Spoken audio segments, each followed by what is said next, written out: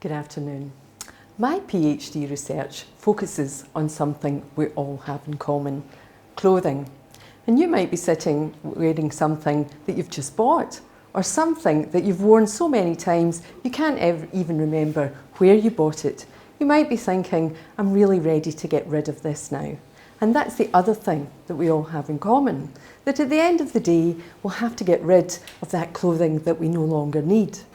And we know that consumers dispose of product in 3 different ways. We temporarily dispose of it. Some people call that hoarding.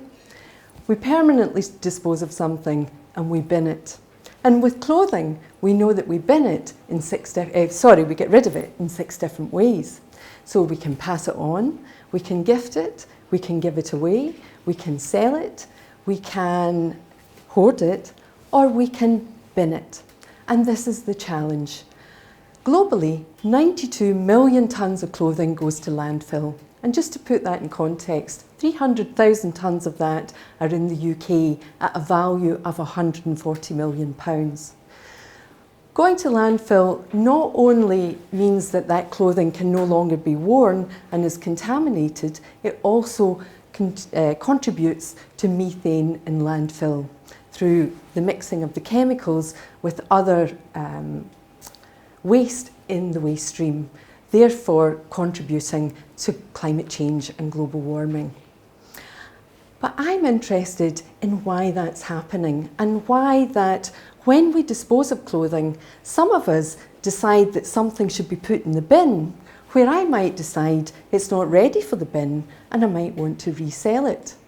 And in order to do this, my research is qualitative based, working with a sample of consumers in Edinburgh, where I'm very lucky to be invited into the home of 25 consumers to follow the way that they decide that clothing is no longer needed and how they're going to get rid of it.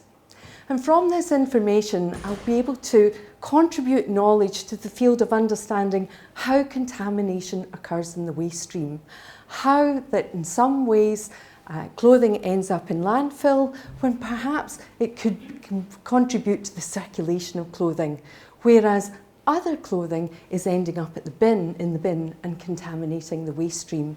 And where we want to get to is additional circularity of clothing. We want to get to additional downstream of the fibres used in clothing to create secondary product for the automotive industry, for example. But ultimately, we want to create a closed loop which ensures that we can re-engineer the clothing that's already in circulation and ensure that we can create new clothing from that, reducing the impact on virgin raw materials. Thank you very much for listening.